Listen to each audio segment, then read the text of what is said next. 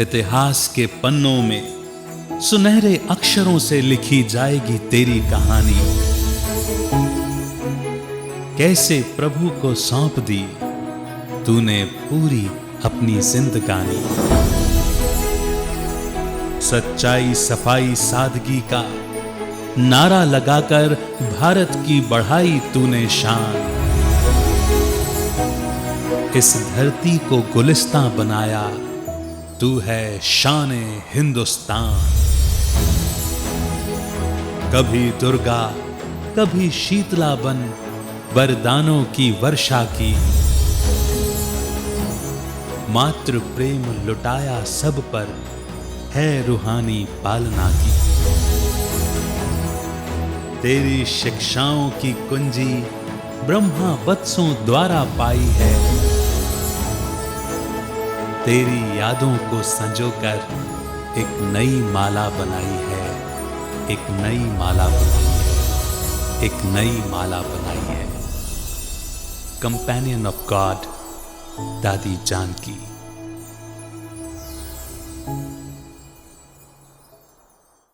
ओम शांति, नमस्कार। Companion of God दादी जानकी कार्यक्रम में आप सभी दर्शकों का बहुत बहुत स्वागत है। आज फिर से हम दादी जानकी जी के विषय में बहुत सारी बातें जानेंगे। हमारे साथ जुड़े हुए हैं आदरणीय भ्राता मृत्युंजय जी, जो इस संस्था के एग्जीक्यूटिव सेक्रेटरी हैं। और जैसे दादी जी के बारे में हम चर्चा कर रहे थे भ्राता जी के साथ, तो बातें सुन सुन करके मन ऐसा करता था कि जैसे हम सुनते ही जाएं और वक्त जैसे ठहर गया है।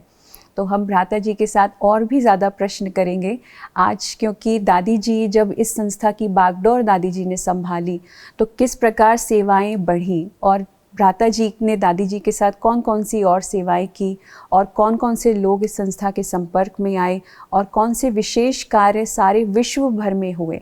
तो भ्राता जी, आपका फिर से हार्दिक स्वागत है हमारे इस कार्यक्रम में। भ्राता जी, जैसे पिछले एपिसोड में हमें आपसे जानने को मिला कि दादी जी ने किस प्रकार से दादी प्रकाशमणि जी के जाने के बाद संस्था की सारे कारोबार को संभाला और सभी आत्माओं को बहुत प्रेरणाएं दी, और सब कोई भी मतभेद ना करते हुए सभी को वो पालना दी, वो ममता सभी भाई बहनों को दी, और सबके लिए बहुत ईजिली दादी को एक्सेप्ट करना। जबकि दादी लंदन में रहे और लंदन से भारत में आए, तो सबके लिए दादी को फिर से ऐसा महसूस नहीं हुआ कि दादी प्रकाशमणि चले गए हैं, बल्कि ऐसा लगा जैसे एक नई माँ सभी को मिल गई है। तो आपने फिर उसके बाद कौन कौन सी सेवाएं दादी जी के साथ की? नंबर 1 तो मैं यही कहता हूँ, ये महातपस्विनी थी जी। नंबर 2 यही कहेंगे, इज ए ग्रेट एडमिनिस्ट्रेटर जी। परंतु एडमिनिस्ट्रेशन कानून बना करके लोगों को पर्ची बांट के वह कागज भेज करके और ये करो वो करो नहीं है। उनको जो करना है करके दिखाना। जी जी, बिल्कुल सही। बोल के नहीं, करके दिखाना, इस बात में नंबर 1 थे। इसके लिए बाबा कहते थे, मैं जो करेंगे वो देख करके अन्य लोग करेंगे। इसके लिए इस बात में मैं देखता हूँ दादी जी एक नंबर 1 थे। और उनके लिए मुख से कम बोलती थी, कर्म के विश्वास करती थी, कर्म दर्शन कहा जाता है। उनके लिए उनके जीवन में कर्म दर्शन एक स्वाभाविक था। इसके लिए ये संस्था के एडमिनिस्ट्रेशन को विस्तार बढ़ाने में उनके योगदान भी बहुत महत्वपूर्ण है। और जो भी दादी प्रकाशमणि जी के समय में जो नियम बना हुआ था उसको और भी अच्छी ढंग से लागू करते हुए उन्होंने इस संस्था को और भी ऊंचाई तक लेके गए। मुझे बहुत खुशी है उनके बीच में इस देश की सभी विशिष्ट व्यक्ति लोग इस दादी जी की दर्शन करने के लिए माउंट आबू तक आए, चाहे राष्ट्रपति हो, उपराष्ट्रपति हो, बहुत देश की गणमान्य व्यक्ति हो, विज्ञानी लोग हो, और इस समय का जो चीफ डिफेंस स्टाफ का BPL रावत हो, चीफ जस्टिस ऑफ इंडिया का हो, और भी अनेक चीफ मिनिस्टर, गवर्नर्स आदि आदि, इसका किस किस का नाम लेवे ना लेवे, सबने दादी जी का आशीर्वाद प्राप्त करने के लिए आए, मिले। They were all highly impressed and they were highly influenced by dadi's simple life, high thinking.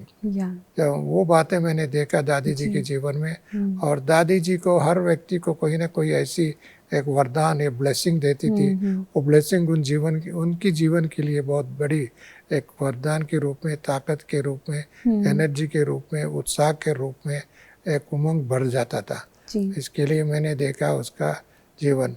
और हर व्यक्ति को एक टोली और बोली, एक टोली देती थी और एक बोली, और ऐसी बोली दिल में चुलता था। टोली उनको प्रसाद के रूप में यूज़ करते थे और प्रसाद ही था उनका जीवन में। इसके लिए दादी अपने आप में एक बहुत बड़ा शिव शक्ति है। बाबा कहते बच्चे आप शिव शक्ति बनो, शिव पांडव शिव शक्ति। इसके पांडव शिव शक्ति सेना का एक लीडर है। और दूसरा, उनके अंदर चेहरे पर कभी भय नहीं देखा, अशांति नहीं देखा, मायूसी नहीं देखा। सब कुछ हमने 2-3 बार थोड़ा मायूसी हो गया था। अच्छा। मैंने दादी को कुछ बातों के कारण से मैं दादी के पास गया। दादी मेरे को दृष्टि दिया, मेरे सिर पर हाथ लगा। मैंने बोली दादी इस बातें आए अब चले जाएगा और कोई सोचो नहीं, बाबा बैठा है। और ऐसा करके मेरे को ऐसे दृष्टि दिया 2 मिनट। उस दृष्टि से मेरा लाइफ में एक नया एनर्जी फ्लो हो गया। मैंने बोला एक चमत्कार हो गया। और कुछ बातों से मैं कन्फ्यूजन था, परंतु वो कन्फ्यूजन क्लियर हो गया। और मैं जिस कार्य के लिए, जिस कार्य रुका हुआ था, वो कार्य ऑटोमेटिकली प्रारंभ हो चुका, शुरू हो गया। जी, दादी जी ने अपने जीवन में बहुत सारी उपलब्धियां भी प्राप्त की, जैसे कि दादी जी को ऑनररी डॉक्टरेट डिग्री भी मिली, तो उसमें भी हमने देखा कि आपका बड़ा योगदान था। तो वो कैसे संभव हो पाया? मुझे बहुत खुशी है। बहुत समय से मेरा दिल में था हमारा सभी दादियों को डॉक्टरेट डिग्री मिलना चाहिए जी। क्योंकि भले वो यूनिवर्सिटी में जा कर के पढ़े नहीं है, परंतु यूनिवर्सिटी उनके पास आना चाहिए। क्योंकि जितना सेवा इन्होंने इस विश्व में किया है, इस युग में किया है, और कोई ऐसा नहीं किया है। इसके लिए मैं एक, मेरा बहुत अच्छे मित्र थे मूर्ति जी, गीतम यूनिवर्सिटी की चांसलर थे। मैंने ऐसे ही कैजुअली उसको चर्चा किया, क्योंकि दादी प्रकाश मणि जी को मोहनलाल सुखाड़िया यूनिवर्सिटी में डॉक्टरेट डिग्री मिला था। हमारा दादी जानकी जी को भी मिलना चाहिए। मैंने वो बहुत खुश हो गया, ही फेल्ट वेरी ऑनर्ड। मैंने ऐसे दादी को हमारा यूनिवर्सिटी में देंगे, क्योंकि दादी हमारे यूनिवर्सिटी में आएंगे तो बहुत खुशी होगी और हमारे यूनिवर्सिटी के लिए गौरव होगा। ऐसा करके उन्होंने तुरंत मेरे प्रपोजल को एग्री किया और उन्होंने कुछ बायोडेटा और आदि डिटेल, कुछ एल्बम वगैरह मैंने भेजा। उन्होंने एक्सेप्ट करके दादी जी को अपने यूनिवर्सिटी में बुला करके डॉक्टरेट डिग्री दिया। इसमें एक यूनिवर्सिटी में और भी कुछ, सरस्वती के नाम से एक बहन भी थी, प्रोफेसर थी। उन्होंने उनका जीवन भी ब्रह्मा कुमारी जीवन था, उसका भी देख करके उनके जीवन में एक इम्प्रेशन था। परंतु एक स्टाफ ऑफ द यूनिवर्सिटी इतना अच्छा है, तो एक इंस्टीट्यूशन के हेड कितने अच्छे होंगे। और इसके लिए उन्होंने उस बात को स्वीकार किया। मुझे वो बहुत गौरव का महसूस करता हूँ, दादी जी को ऑनररी डॉक्टरेट डिग्री देकर के सम्मानित किया जी। और जब विशाखापट्टनम में, वाइजाग, जैसे जब दादी जी ने अपना शताब्दी पूरी की, जब दादी जी ने 100 वर्ष पूरे किए, तो उस समय आपने दादी जी का शताब्दी समारोह मनाया, और जिसके लिए आपने देश विदेश बहुत निमंत्रण सभी को भेजा, विशिष्ट व्यक्तियों को निमंत्रण भेजा और ओपन इनविटेशन दिया सभी को कि दादी जी से आकर के ब्लेसिंग्स लें। तो वो इतना बड़ा समारोह करना और इतने सारे लोगों को इनवाइट करना और माउंट आबू में विशेषकर से बुलाना, तो निश्चय ही इतने बड़े समारोह में बहुत मुश्किलें भी आई होंगी। तो आपने उसका समाधान कैसे किया, और दादी जी की उस समय क्या सबके लिए प्रेरणाएं थी? सर्वप्रथम मैं दादी से ये बात लेकर के गया मुझे, क्योंकि हमारा देश में बहुत जगह में, दिल्ली में, बॉम्बे में, अन्य स्थानों में भी दादी जी का 100 ईयर्स का अपने परिवार के साथ, ब्राह्मणों के परिवार के बीच में इन्होंने सम्मान किया, सेलिब्रेट किया, केक काटा सभी का। परंतु मेरे मन में था ये तो हमारा परिवार के साथ, हमारा दादी केवल हमारा परिवार के लिए नहीं, ये विश्व का दादी है, देश विदेश की दादी है। इन सबको संदेश होना चाहिए। दादी ऐसी 100 ईयर्स पूरा करते हुए, इस संस्था को पालना देते हुए इसका संदेश सारे देश में जाना चाहिए। जी, परंतु मैं दादी के पास जा करके ये संदेश दिया हुआ, अनुरोध किया ऐसा ऐसा करना चाहते। दादी हाथ जोड़ के बोलते मेरा कोई जन्मदिन नहीं मनाओ, ऐसे बोल। मैंने बोला दादी आपने तो दूसरों के स्थान पर कर दिया, दिल्ली में कर दिया, बॉम्बे में कर दिया, अन्य स्थानों पर भी कर दिया, हमको भी एक चांस दो ना दादी, हमारा भी हक है दादी जी के बर्थडे मनाने के लिए। उन्होंने बोला दादी हृदय मोहिनी दादी से पूछो। मैंने हमारा, क्योंकि वो एडिशनल चीफ भी है, साथ साथ में बाप दादा का संदेश पुत्री भी है, उनके बाबा का संदेश पूछो। मैंने जा करके दादी हृदय मोहिनी दादी जी के पास गया, मैंने उसका अनुरोध किया दादी ऐसा प्लान है दादी जी की बर्थडे और आपका सम्मान, क्योंकि बहुत लंबे समय से दादी हृदय मोहिनी जी बाप दादा का रथ बन करके सेवा किया है, इसके लिए हम दोनों मिला करके एक प्रोग्राम करना चाहते। दादी ने बोला अच्छा करो करो करो, दिल से करो, खुशी से करो। और बोला मुझे एक ऐसे वरदान मिल गया। तो दिन दादी उसके बाद में जो भी विधि है हमने करते गए, फोल्डर छपाना, अच्छा इंट्रोडक्शन करना, बहुत इनविटेशन मैंने देश विदेश के भाई बहनों को इनविटेशन दिया। बहुत 3-4 गवर्नर आए, चीफ मिनिस्टर। तो उन सब का आयोजन कैसे हुआ, क्योंकि इतने सारे लोगों को संभालना ये बहुत बड़ी जिम्मेदारी है और इतने विशिष्ट लोग हैं, तो इतने छोटे स्थान पर और इतने बड़े लोग आ जाएं एक साथ, तो ये एक बहुत बड़ी बात होती है। तो वो आपने उसको हर कैसे काम को चैलेंज तो आता ही है, परंतु दिल बड़ा रखो। और हमारा एक बहुत खुशी की बात है, हमारा शांतिवन निवासी व मधुबन निवासी, हमारे ज्ञान सरोवर के निवासी भाई बहन है, जितने बाबा का दिल बड़ा है अपने भाई बहनों का भी दिल बड़ा है, और उनको रूपरेखा अच्छा हो उसी हिसाब से सहयोग भी मिलता है। मुझे मालूम है इतने लोगों को आना जाना भी मुश्किल होता है। मैंने 3-4 special chartered flight helicopter Abu Road के लिए, Udaipur to Abu Road, Ahmedabad to Abu Road and vice versa, इसके लिए भी कुछ चार्टर्ड फ्लाइट भी रखा। कुछ लोगों को जल्दी आना जाना इस व्यवस्था के लिए फर्स्ट टाइम मैंने ऐसी व्यवस्था चार्टर्ड फ्लाइट का लोगों को व्यवस्था किया। और इसके बाद में कई बार हम लोगों ने आयोजन किया है, इसके लिए बहुत खुशी हुई है। मैंने सहयोग से ये भी हो गया। और रहने कहने के लिए बहुत व्यवस्था करना पड़ा, उसकी नया सोच करके हमारे भाई बहनों से मिल करके करीब 40 डिपार्टमेंट बनाया। हर एक डिपार्टमेंट को अपना अपना ड्यूटी संभालने के लिए प्रेरित किया और इन्होंने बहुत एक्यूरेटली संभाला, इसके लिए कोई दिक्कत नहीं हुई। इतने मीडिया के भाई बहनों को निमंत्रण दिया, दीपक चौरासिया से लेकर के बहुत बड़े दिग्गज लोग, भारत की बड़े बड़े मीडिया के लोग आए और इन सब को भी बुलाया, उन सबको भी रहने की व्यवस्था आदि व्यवस्थित रीति से किया। हर एक व्यक्ति को पर्सनली मुलाकात करने की व्यवस्था किया और दादी से भी मुलाकात करने का और सभा में संबोधित करने के लिए और आदि। मुझे एक बहुत खुशी की बात है जी। दोनों दादी का वरदान मिला और सारी समस्त परिवार का ब्लेसिंग मिला। इतनी बड़े भव्य दिव्य एक अलौकिक बर्थडे दादी का बनाया और मैं समझता हूँ इंस्टीट्यूशन की इतिहास में सबसे ज़्यादा पब्लिसिटी कहो, माइलेज कहो, एक ब्लेसिंग कहो, एक डिविनिटी का, एक स्पिरिचुअलिटी का, लीडरशिप का अनुभव जो है देखने के लिए जो मिला, वो मेरे जीवन के लिए अविस्मरणीय दिन है, वो घटना है और याद करते हैं तो मेरे आंखों में खुशी का क्या शब्दों में बोलो कम है, परंतु अनुभव होता है। परंतु वो दिन सभी ब्राह्मणों के लिए भी बहुत अच्छे दिन भी है जी।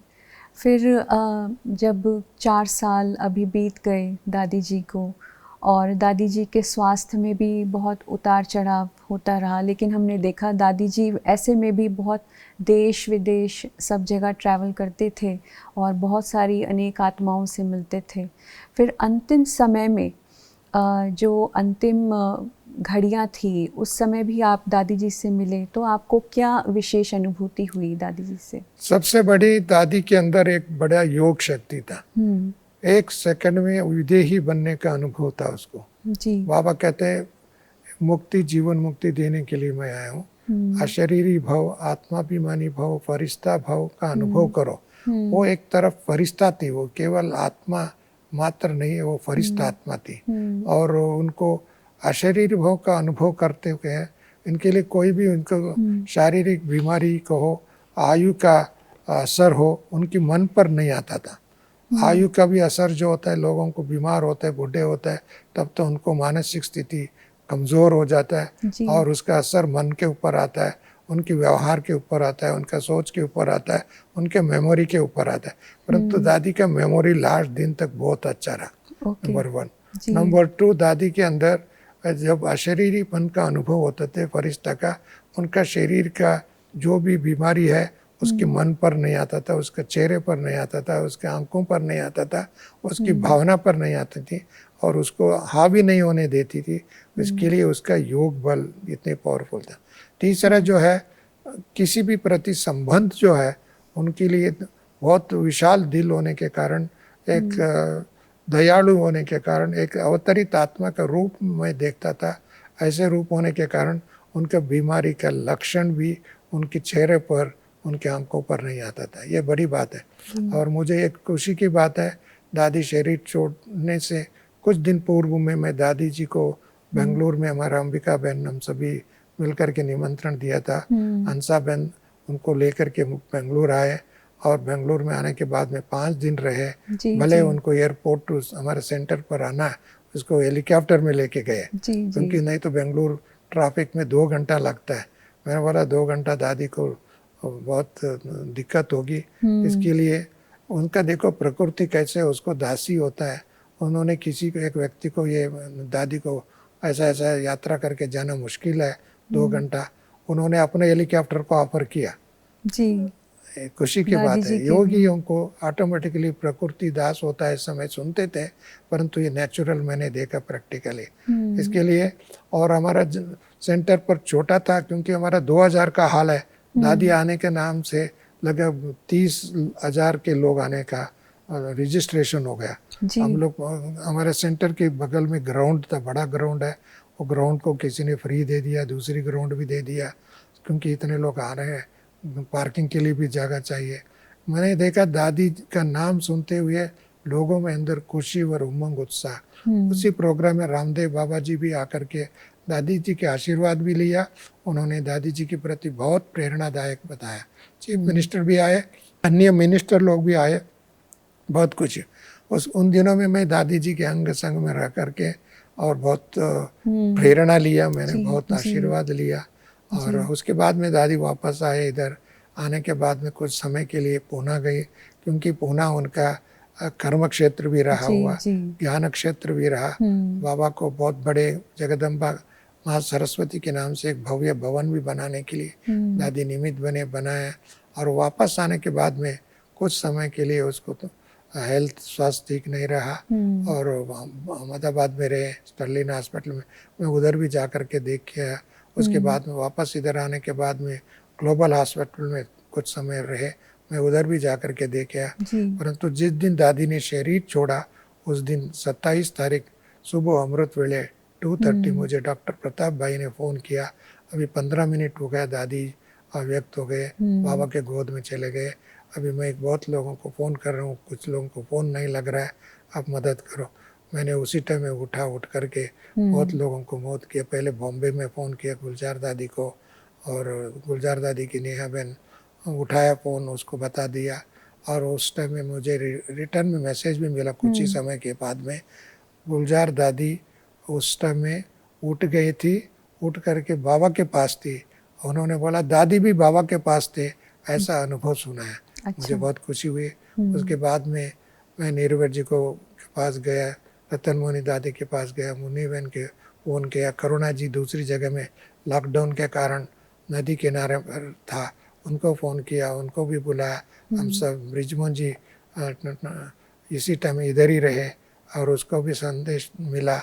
हाँ, तो ये सब जब चल रहा था, क्योंकि ये वो समय था जब सारे ही विश्व में लॉकडाउन था और भारत में भी लॉकडाउन चल रहा था, तो ऐसे में इतनी बड़े संस्था की और बड़ी दादी जो हेड है वो चली जाए और शरीर छोड़ दे, तो सबके मन वैसे भी सब भाव विभोर हो जाते हैं कि सबकी इच्छा होती है कि हम दादी जी के अंतिम दर्शन करें।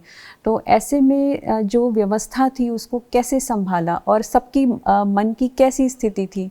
क्या सब जगह वातावरण किस प्रकार से था उस समय? एक दो उस समय में सारी देश में लॉकडाउन होने के कारण 20 से अधिक लोगों को एकत्रित करने के लिए छुट्टी नहीं था, क्योंकि ये सबसे बड़ी कठिन समस्या थी। और मुझे एक बात बताना चाहता हूँ, दादी जी ने बहुत समय पहले ही कहा था, मेरे शरीर के कारण वह इसका देह संस्कार करने में बहुत लोगों को बुला करके बहुत भव्य रीति से, वैभव रीति से इसको नहीं करना, सिंपल रीति से करना। अच्छा। क्योंकि मेरे कारण से एक रुपया एक्स्ट्रा खर्च नहीं करना, एक फूल भी चढ़ाना नहीं। ऐसा दादी जी ने पहले भी प्लानिंग उनकी थी, परंतु ये कभी किसी को भी मालूम नहीं था, कुछ ही लोगों को मालूम था। परंतु उसका ड्रामा में उसका संकल्प ऐसा था, और संकल्प भी वो देखो, प्रकृति भी वैसी टाइम में नेचर बन गया, सिस्टम बन गया, सरकार के आदेश हो गया था, लॉकडाउन हो गया, और फिर भी हम लोगों का दिल में था दादी को अच्छा करे जितने भी मैक्सिमम रूप से। मैं गया सुबह का, हमारा लोकल एसडीएम है, और उनको कहा ऐसे दादी जी को, उन्होंने कहा 20 से ज़्यादा लोगों को इकट्ठा नहीं करना जी। मैंने बोला ये 20 से ज़्यादा कैसे हो सकता है, हमारा मधुबन में लगभग शांतिवन में इतने लोग हैं। उनको मालूम था 2000 लोग इधर भी है। और बाद में कुछ बातें विचार विमर्श किया, और इसके बीच में हमारा राजस्थान के गवर्नर को मैंने पहले ही फ़ोन किया था, उनके ओएसडी को, उनसे भी कहा था आप ऐसा हो सकता है हमारा दादी जी देहांत हो गया, संदेश देना है, गवर्नर साहब को कह दे संदेश देवे। और भी कुछ लोगों के लिए संदेश के लिए प्रधानमंत्री, राष्ट्रपति, अन्य लोगों को भी मैसेज दिया। और परंतु मैं एसडीएम के साथ बात कर रहा था, गवर्नर का एडीसी गजानन जी, उन्होंने तुरंत फ़ोन करके बोला दादी जी के अंतिम संस्कार उनकी इच्छा अनुसार शांतिवन में होना चाहिए। जी, उन्होंने मुझे बहुत खुशी हुई है, हमारे एसडीएम साहब ने उस बात को स्वीकार भी किया, हमारा उसने छुट्टी दिया। उसके बाद में हम लोग दादी जी को पांडव भवन में लेके गए, और पांडव वन के बाद में ज्ञान सरोवर भी लेके गए, तो विधिवत पूर्व कर इधर लेके आए। करीब 100 से ज़्यादा लोग इधर एकत्रित करने के लिए छुट्टी मिला।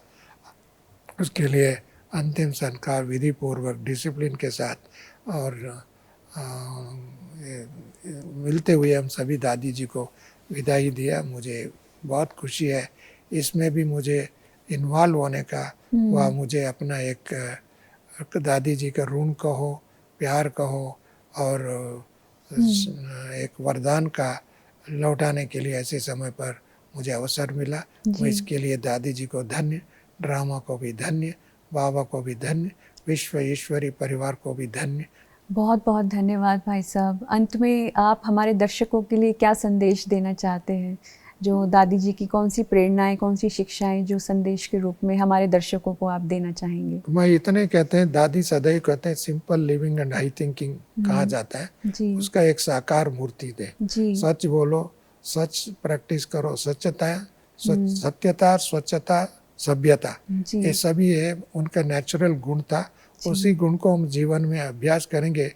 सत्यता को कोई हिला नहीं सकते, सभ्यता पूर्वक चलना और स्वच्छ जीवन जीना, मन के स्वच्छ, धन की स्वच्छ और संबंधों में स्वच्छ। ये स्वच्छता ही श्रेष्ठता है, यही दैवी गुणों की मूल धारणा है। ये बातें पवित्रता उनका स्वाभाविक नेचर था। यही गुण हमको धारण करेंगे तो मैं समझता हूँ हमारा जीवन सार्थक होगा। बाबा की शिक्षा को इस धरा पर प्रत्यक्ष करने में अग्रसर होगा, एक गुड लीडरशिप दे सकता है, और हम समाज को परिवर्तन करके एक नया युग की स्थापना करने के कार्य में हम सभी बहुत महत्वपूर्ण योगदान दे सकते हैं। इसके लिए हम सबके लिए भी यही संदेश है जी। बहुत बहुत धन्यवाद भ्राता जी आपका। आपको भी धन्यवाद। ओम शांति, नमस्ते। आपने दादी जी के बारे में हमें इतनी सारी बातें बताई, और हमारे दर्शकों ने भी देखा, जाना, समझा दादी जी को। तो आप सब ने देखा कि एक ऐसी महिला जिसने इतनी सांसारिक शिक्षा नहीं ग्रहण की, परंतु सफलता की इतनी ऊंचाई पर सिर्फ अपने आत्मविश्वास, अध्यात्म बल और गहन तपस्या की शक्ति से पहुंच गई कि आज सारे ही विश्व के लिए वो वंदनीय बन गई। ऐसी महान और आदर्शवान नारी से परिचय कराता हमारा यह कार्यक्रम कंपेनियन ऑफ गॉड दादी जानकी देखना ना भूलिए। हम आपसे फिर मिलेंगे अगले एपिसोड में। तब तक के लिए आज्ञा लेते हैं। नमस्कार। ओम शांति।